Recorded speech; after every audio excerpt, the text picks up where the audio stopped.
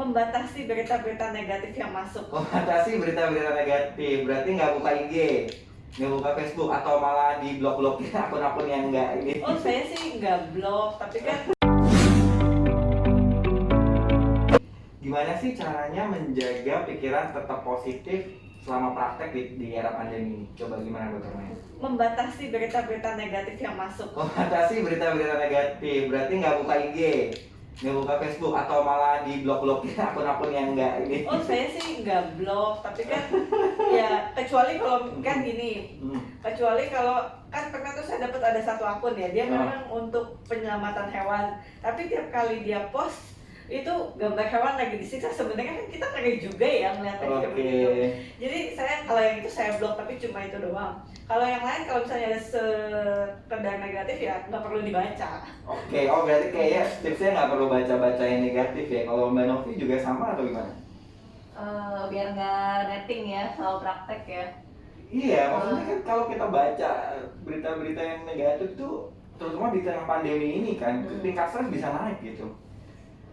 Ya sih, nggak, pertama sih baca semua, terus menyaring lagi sih, lebih kayak menyaring lagi, terus di compare sama berita yang lain.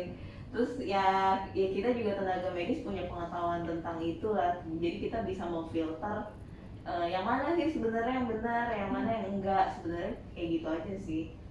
Nah, tentang ini nih, kita nyambung lagi tadi soal berita nih ya. Tadi kan kita juga sering pasti dengar nih, kayak di grup ada tenaga kesehatan yang meninggal gitu ya karena COVID, menjadi korban COVID gitu ya. Entah apapun penyebabnya gitu ya. Menurut Dokter Maya sendiri gimana?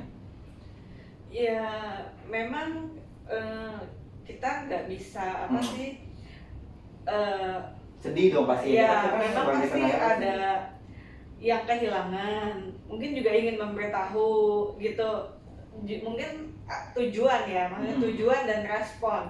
Jadi mungkin ada yang mempost itu untuk memberitahu, oh ada teman sejawat kita loh yang meninggal. Mungkin pesannya dari itu juga supaya kita lebih hati-hati dalam praktek memakai APD dengan benar gitu.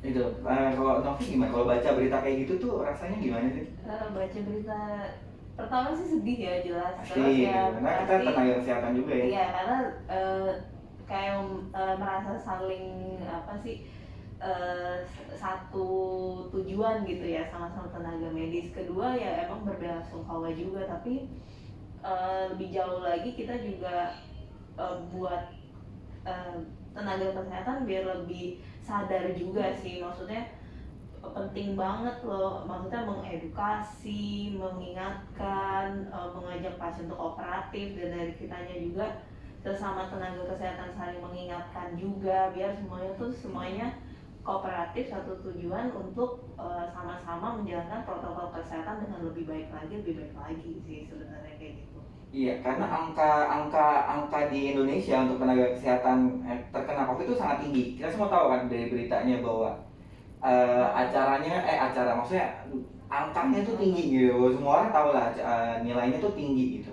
Tapi kalau dari saya gitu ya, misalkan saya mungkin akan sedikit memberi masukan gitu, bahwa semua orang harusnya memiliki pengetahuan manajemen resiko gitu, termasuk mungkin klinik, rumah sakit, atau apapun itu.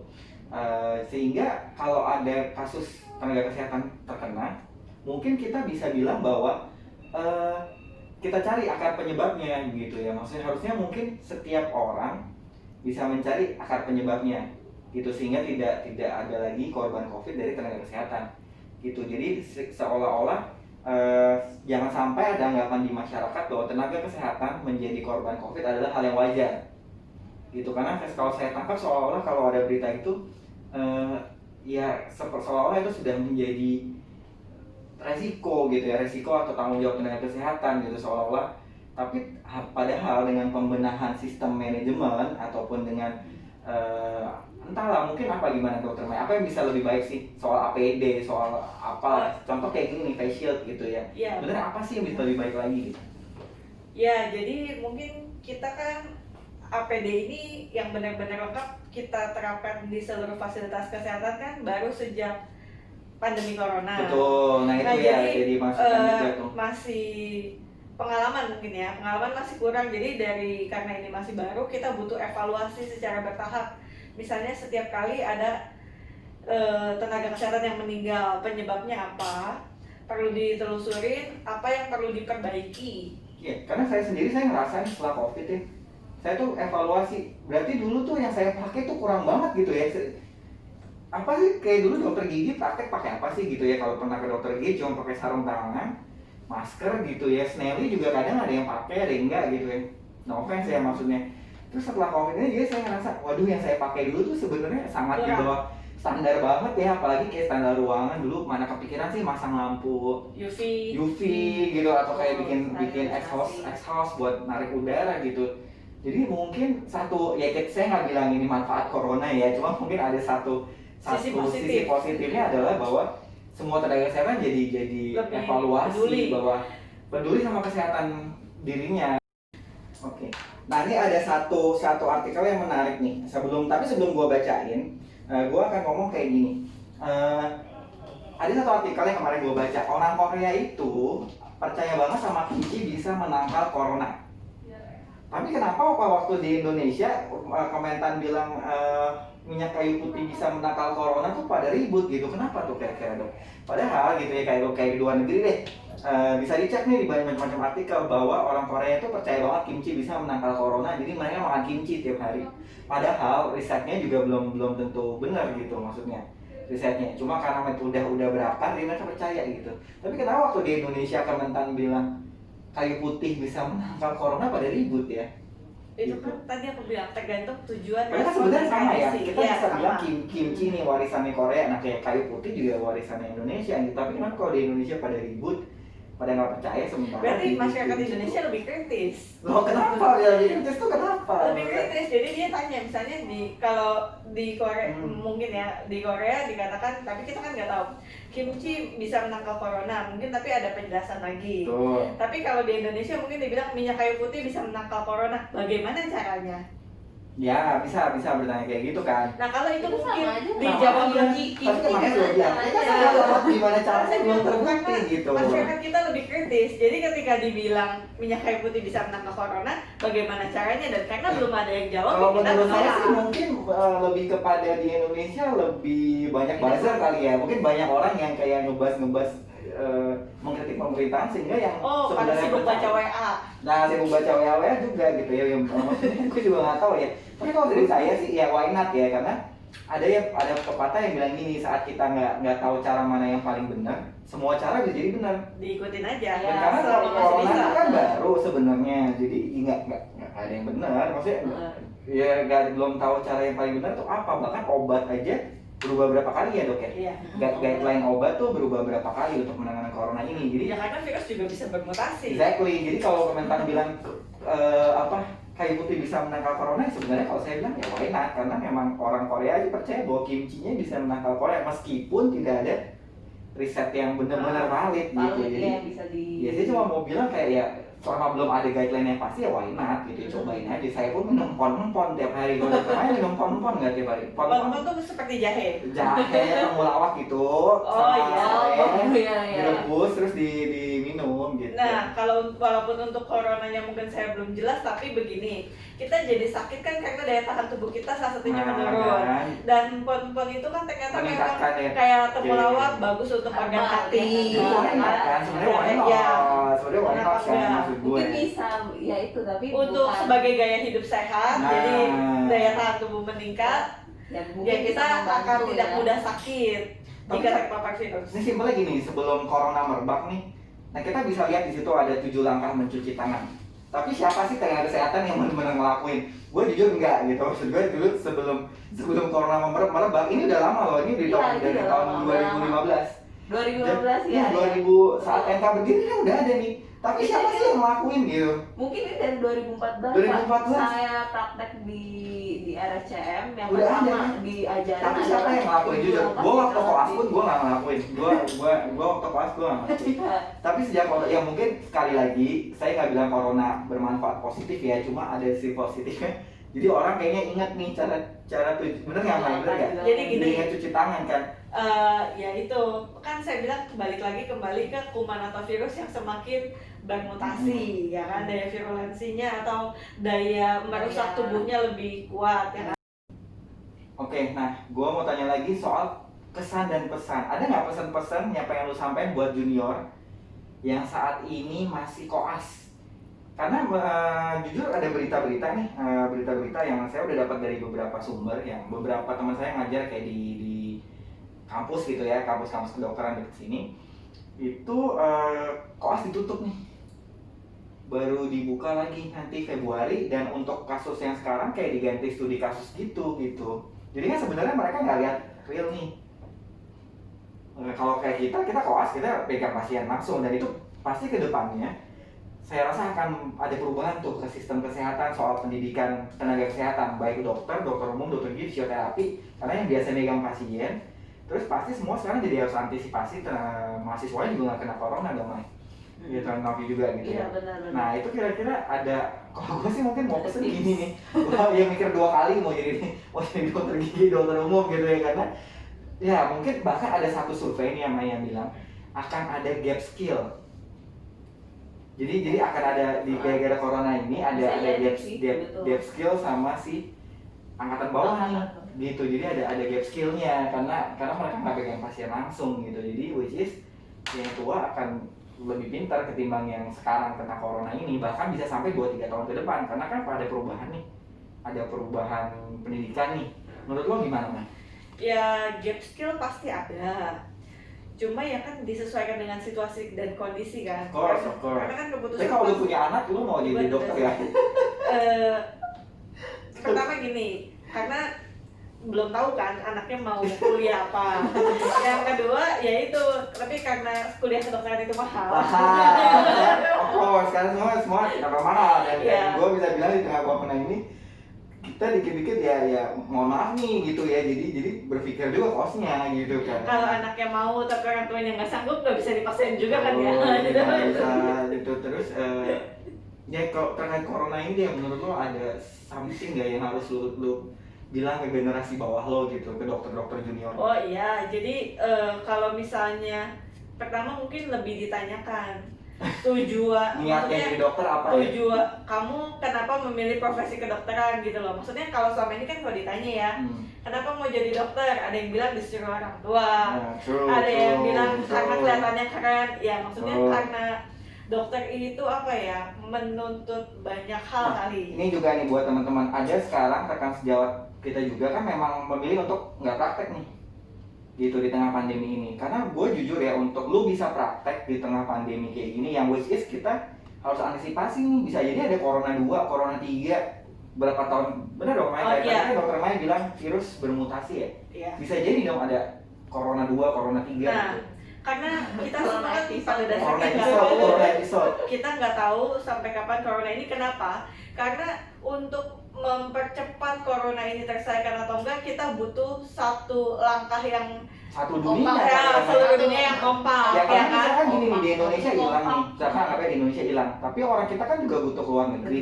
Pas keluar negeri kena ada lagi, lagi jadi gitu ya. butuh kesamaan langkah kali ya. Kesamaan langkah benar. Nah jadi kayak misalnya zaman dulu kan cacar tuh tahun berapa ya, lama ya? Lama, tapi kan ketika mulai ada vaksin, terus semuanya kompak, menjaga kebersihan, kemudian jadi yang kena cacar sekarang fatalitasnya rendah gitu ya, gitu ya, karena udah ada vaksin segala macam kan gitu. Nah itu ya gunanya vaksin, jadi jangan anti vaksin juga gitu. Supaya kalau coba baca akunnya yang diperlukan ya kita lakukan. Betul, jadi meskipun ada yang bilang pandemik lah, salahnya petinggi suatu perusahaan lah gitu ya, kita juga tetap kan manusia harus antisipasi ya, meskipun apapun lah ya, gitu, tetap beraktivitas kan ya, seperti begini. Kalau misalnya anak-anak tetap butuh sekolah, karena pandemi nggak mungkin dong kita sama sekali anak-anak nggak perlu belajar. Ya kita berusaha supaya anak-anak tetap belajar, tapi dengan kondisi. Kalau dari gue sih pesannya itu ya, karena sekarang buat praktek tuh butuh niat yang luar biasa buat gue. Butuh niat yang luar biasa, bener loh. Maksudnya, buat Kanovin ini juga ngerasa gitu kan, buat praktek tuh butuh. Buat praktek sih butuh niat yang luar biasa. Kayak banget butuh memotivasi diri kan. ya butuh mau motivasi diri, terus butuh ketimbang sebelumnya kan, maksudnya ketimbang sebelumnya lu tuh mau bangun tuh butuh dan gua mau butuh praktek nih kehati-hatian gitu, butuh ekstra juga, ekstra doa satu, ekstra vitamin Iya. dua, ekstra menjaga kesehatan betul benar-benar gitu. sih, Karena benar-benar. jadi kalau memang niat kamu adalah untuk dokter buat cari duit, buat saya sih nggak akan bertahan gitu ya, karena betul. karena lu harus cari niat lain lah, mau jadi dokter untuk apa gitu. Karena menurut gua nggak bakal bertahan sih, karena memang sekarang kena pandemi duitnya lebih sedikit tapi resiko makin gede. So if you don't have the motivation, buat gua ya itu akan mundur dengan sendirinya. akan mundur dengan sendirinya. Jadi lu harus cari motivasi buat diri lo yang paling bagus. Kalau lu mau jadi dokter nih, pesan aja dari para orang yang udah dari dokter gigi, dokter umum, fisioterapi nih gitu. Jadi butuh apa, niat yang bulat, benar-benar ya, niat yang bulat, bulat, betul bulat. ya. Niatnya nggak bisa cuma sekedar Nggak bisa cari berapa duit aja. gitu. pantang menyerah gitu. Ya bakat butuh lah, butuh bakat, tapi di luar bakat ada niat itu sih gua. Kalau bakat mungkin masih bisa dengan usaha lebih ya. Karena Betul. ketika berangkat praktek tuh yang dipikirin juga keluarga di rumah Betul, betul. Itu sih, keluarga di rumah, Betul. keluarga sekitar kayak paman dan tante yang maksudnya nanti Iya, yang kita suatu juga saat ketemu di kita rumah gitu ya. berinteraksi gitu ya kan, gitu sih. Nah itulah yang perlu diingat, Iya. bahwa tenaga kesehatan tuh mau berangkat praktek tuh mikir gitu ya. Jadi ada keluarga di rumah atau apa gitu. Dan kalau memang niatnya dari awal agak tulus untuk jadi dokter, gua rasa cepat jalan sih menurut gue gitu. Ya karena kan ada apa, masih ada kontra Ada ini. ada Di satu anggota sisi nggak boleh keluarga. menyentuh, tapi di satu sisi harus menyentuh. Iya, Iya. benar. Nah tips terakhir dari kalian, tips and trick untuk berpraktek selama pandemi itu apa? Kalau dari saya adalah tips and trick berpraktek selama pandemi ini, satu, wake up, dress up, never give up. Wake up, dress up, show up, never give up gitu kan. Memang ya nggak tahu sampai kapan ya, maksudnya melihat ini bisa lama gitu, satu. Jadi kedua, kita berada pada tenaga kesehatan, berada pada situasi yang mau nggak mau akhirnya lu dipaksa praktek gitu, karena nggak tahu sampai kapan gitu. Saya 2 bulan nggak praktek tapi lama-lama loh kok angkanya nggak turun ya, makin di sini. Terus pernah juga sih batasin pasien gitu, cuma pasien yang sehat-sehat doang yang kayak umur 18-25. Tapi kok lama-lama lo kok makin 18-25 juga kena gitu, maksudnya apa gitu, guideline yang nggak ada gitu. Jadi lama-lama udah praktek aja gitu, udah lepas los gitu. Iya. Dan saya mulai bulan Mei udah saya praktek, Mei Juni Juli dia praktek, meskipun pasiennya jangan dia yang dibikin sampai antri gitu. Jadi pasiennya nggak dibikin sampai antri, jadi ya tetap praktek. Akhirnya saya kayak gitu, ini apa makanya juga gitu juga, akhirnya ya udahlah praktek aja gitu. Ya tetap praktek seperti biasa, beraktivitas seperti biasa, tapi mengikuti protokol yang dibuat Gitu ya. Jadi ya itulah yang perlu dipertimbangin ya. Kalau Novi gimana nih? Novi Ya sebagai karena pada akhirnya kita ada tenaga kesehatan, kita juga nggak mungkin diem di rumah ya kan. Dan banyak banget yang akhirnya maksudnya di luar sana tuh sebenarnya butuh pelayanan dokter gigi, pelayanan dokter umum, terapi dan sebentar saya cut ini yang menarik. Jadi ada artikel yang bilang gini, karena orang ada yang pada nggak berani ke klinik dan rumah sakit karena COVID ini, mungkin setelah COVID angka kematian akan jadi tinggi untuk yang non COVID dari penyakit kronis. Jadi karena mereka takut ke klinik sama rumah sakit kan. Disease ya kronik diabetes, nah karena tidak tertangani disebabkan mereka takut ke rumah sakit gitu. Dan itu juga ya itu juga ya sebenarnya harus dicegah gitu. Jadi ada di Kompas atau Iya. benar. Jadi yang pertama berarti yang harus kita tingkatkan itu komunikasi, informasi, dan edukasi. Betul. Bagaimana Itu supaya terus mereka banget, lebih itu mengerti terus tentang banget. penyakitnya. Yang kedua, membuat protokol baru terhadap Protokol. Dan mungkin Protokol kita juga pelayanan yang harus baru. terbuka soal konsultasi online ya. Jadi masalah baru apa yang timbul, Betul. kemudian solusi apa. juga itu yang menurut gua tenaga kesehatan juga tidak menutup kemungkinan untuk konsultasi online, terutama untuk yang punya penyakit kronis di rumah gitu, sehingga bisa tertangani juga. Dan mungkin ujung-ujungnya ya sistem pembayaran dokternya juga harus berubah kalau online lebih banyak, karena selama ini kan jujur ya sistem pembayarannya kan karena lu melakukan tindakan misalkan atau lu datang kan gitu. Jadi itu juga harus menjadi perhatian para tenaga kesehatan soal para pemangku jabatan ya, manajemen klinik rumah sakit. Ibaratnya lebih menyesuaikan Betul, dengan harus keadaan, shifting shifting pelayanan dengan ke- situasi dan keadaan. Nah itu menurut gue sih harapannya itu, karena memang ya takutnya akan ada corona episode 2 yang bahkan Indonesia ini belum first wave ya. Iya, Belum first wave kan, kalau yang pertanyaan first wave kayaknya, atau malah ini udah wave terus aja gitu ya. Gue kayaknya bakal web terus kayak aja jadinya wave ya, terus gitu, bisa jadi jadi ya. sampai tiba-tiba semua orang kayaknya kok corona jadi hal yang biasa menurut gua loh ya, tapi I don't know gitu kan, kayaknya semua orang kayak nanti Atau malah maybe 3 tahun dari sekarang lu sakit apa corona gitu, ya udah gitu, kayak mungkin Iya, bisa jadi kayak gitu. jadi kayak atau gini, malah penyakit yang lain malah ngalahin jadi Bisa kematiannya corona karena tadi karena tidak Iya. tertangani gitu, karena tidak betul. tertangani akhirnya ya benar kan, ada yang bilang wah penyakit jantung dibilang corona, penyakit ginjal dibilang corona, Iya, corona jadinya gitu. Nah, malah kematiannya karena lebih kematian tinggi karena akibat yang non lain. coronanya lebih tinggi karena seorang jadi takut mendapatkan pelayanan kesehatan, jangan sampai kayak Betul, gitu itu sih. Itu aja sih. Ada tambahan nggak dokter Maya? ya menimbang kali ya, menimbang kebutuhan, maksudnya kita memang mungkin takut terinfeksi corona, tapi kita juga lihat kan penyakit kan itu banyak, nggak cuma corona doang. Betul. Nah kalau kita merasa kita harus bisa mulai mengedukasi awam apa itu kasus gawat dan darurat, mana yang edukasi perlu awam ya. langsung segera dibawa ke rumah sakit, terus rujukannya kemana gitu kak, Jadi kontak akan dibawa edukasinya kemana ya. keluarga yang sedang Tapi sakit. kalau dibilang tenaga kesehatannya semua kasus dibilang COVID itu benar nggak sih dokter Maya? Kalau di sekolah dokter Maya gitu nggak? Kalau kita sih enggak.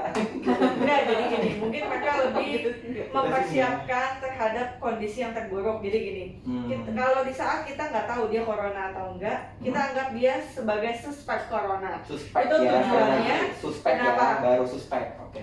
Karena dia belum diperiksakan, berarti dia ada kemungkinan bisa menularkan corona ke sekitarnya Ke yang sekitar. ada, ke orang-orang di sekitarnya. Jadi kita bersikap lebih hati-hati. Sampai dia misalnya nanti diperiksakan dan ternyata negatif corona. Oke, Nah, dengan betul. keadaan seperti itu kan kita mencegah Penularan. dan timbulnya Karena kluster kalau baru. luar efeknya lebih gede lagi. Iya. Kalau luar efeknya Iya, lebih banyak lagi. Nah itu makanya pentingnya screening ya. Walaupun maksudnya dia bukan menunjukkan gejala Iya. yang mirip, tapi bukan, itu kan kadang-kadang kita udah ya lebih waspada lah ya. Iya. Maksudnya bukan menjudge, tapi emang lebih waspada. Jadi Agar- kalau riwayatnya selalu ke-trace gitu datanya mereka. Iya. Itu juga penting sih. Ada tambahan lagi nggak ya? Nggak ada. Enggak, agar kita lebih waspada dan screening Pasti. itu penting. Dan semua tenaga kesehatan yang masih praktek sih harap tetap tetap Berpikir semangat. positif, Tetap berpikir semangat. positif, penting banget ya. Yang hari Kayak itu Oke. Jangan lengah. jangan lengah. Terus menurut saya yang paling penting lagi adalah belajar tentang keuangan. Ya betul. Betul ya, belajar tentang keuangan. Ini hal yang sering kita lupain sebagai manajemen keuangan pribadi loh ya, bukan manajemen keuangan perusahaan, bukan beda. Setelah krisis ini, pasien ngedrop, ngaruh dong, pasti ngaruh lah. Ngaruh, dan itu yang perlu di manage. Jadi Sebenarnya. sebelum ini kita nggak pernah berpikir soal manajemen keuangan tenaga kesehatan. Nah itu menurut gua penting. Manajemen Punya berbagai sumber penghasilan. itu bisa, jadi Yang bisa saling jadi menunjang. youtuber kayak, gitu kan, jadi sambil nge-youtube kayak, sambil YouTube jadi ya. selebgram ya uno. Karena YouTube juga sebagai media edukasi tadi sih Nah, sebenarnya, dan Karena ini bocoran ya, yang kalau anda berpikir hanya swasta aja yang dipotong, saya dapat info dari banyak teman saya yang berkutat di nggak cuma swasta gitu ya, itu juga dipotong. Jadi jangan salah gitu, jangan salah bahwa menjadi pekerjaan impian sebagian besar warga Indonesia itu tidak dipotong. Yang dipotong, gue nggak menyebut apa ya, cuma ini jadi kontroversi. Dipotong, temen gue bilang rata-rata dipotong. Terus juga yang kerja di kantor asuransi yang saat ini dipakai semua orang gitu ya, juga dipotong. Ya itu juga ada pemotongan. Jadi jangan berpikir semua dipotong. Jadi penting banget manajemen keuangan, mengerti tentang manajemen keuangan, kurangi hutang, Kurangi cicilan. karena kurangi cicilan, Di karena saat efek penghasilan tidak menentu. dokter punya cicilan. Gua rasa banyak orang dokter ini hampir cicilan setiap semua orang ya. hampir setiap orang. Ya gua rasa ada lah, meskipun contohnya gini, kita ngasih orang tua tuh sebenarnya bukan cicilan, tapi ya ada kan itu Ya kayak kewajiban. Ada pengeluaran rutin. hitungan. Nah itu yang kayak gitu-gitu juga setelah krisis ini gua rasa ya jadi makin sadar bahwa oh kita kembali restrukturisasi masalah keuangan. Itu penting. Jadi itu pesan gua buat anak bawah juga tuh. Jadi sejak lu koas lu harus manajemen keuangan lu harus baik. Ya oke, intinya tetap semangat, tetap berpikir berpikir positif. dan jangan lengah. dadah, jangan lengah sama corona ya, dadah. Dadah.